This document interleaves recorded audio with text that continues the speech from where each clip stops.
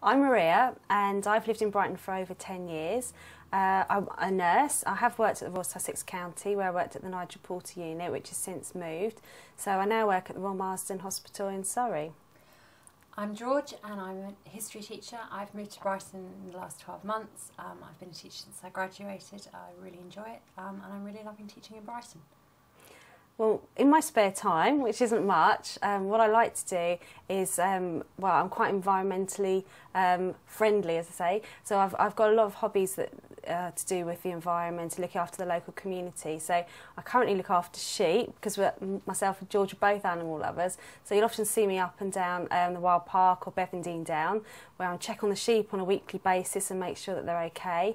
And I'm also training for the Brighton Marathon, which isn't going so well. Yeah, as Maria just said, I'm a big animal lover like she is. I've got 2 cats and 2 dogs and they take up quite a lot of my time, walking them and indulging them. In addition to that, I like cooking, particularly cake making, which is a particular hobby of mine. Also really interested in reading, going to the cinema, the usual sort of things that people do, but as ever, there's not much time to do these things.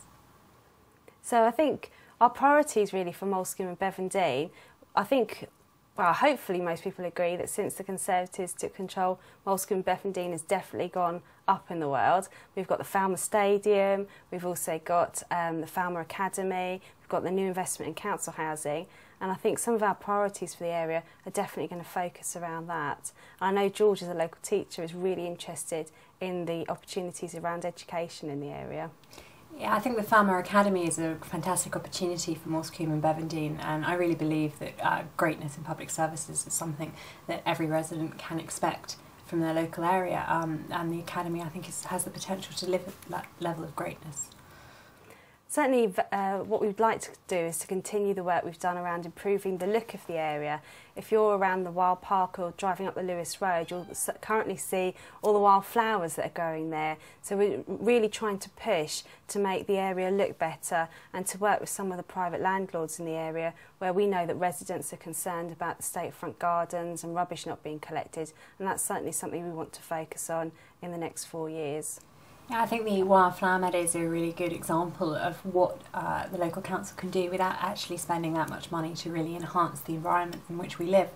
I also think that it's a potential to be a great community project with local community action groups utilising land that at present is derelict and an eyesore to other residents to achieve both enjoyment for themselves but also to enhance the local environment.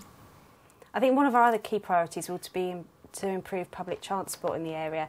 If you look at Bevendean, Meadowview, Coombe Road, even parts of Moulsecoomb itself, it's really hard to get to those places on the buses. There's not really a great service, and currently we've got the Big Lemon bus company talking to us to see if they can actually start services for the local community. So that's something we definitely want to work on.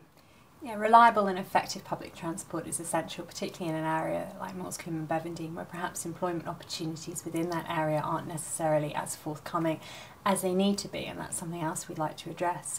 But in the short term, for people to have a reliable service to get to work or school is really important, and that's something that we really want to look into.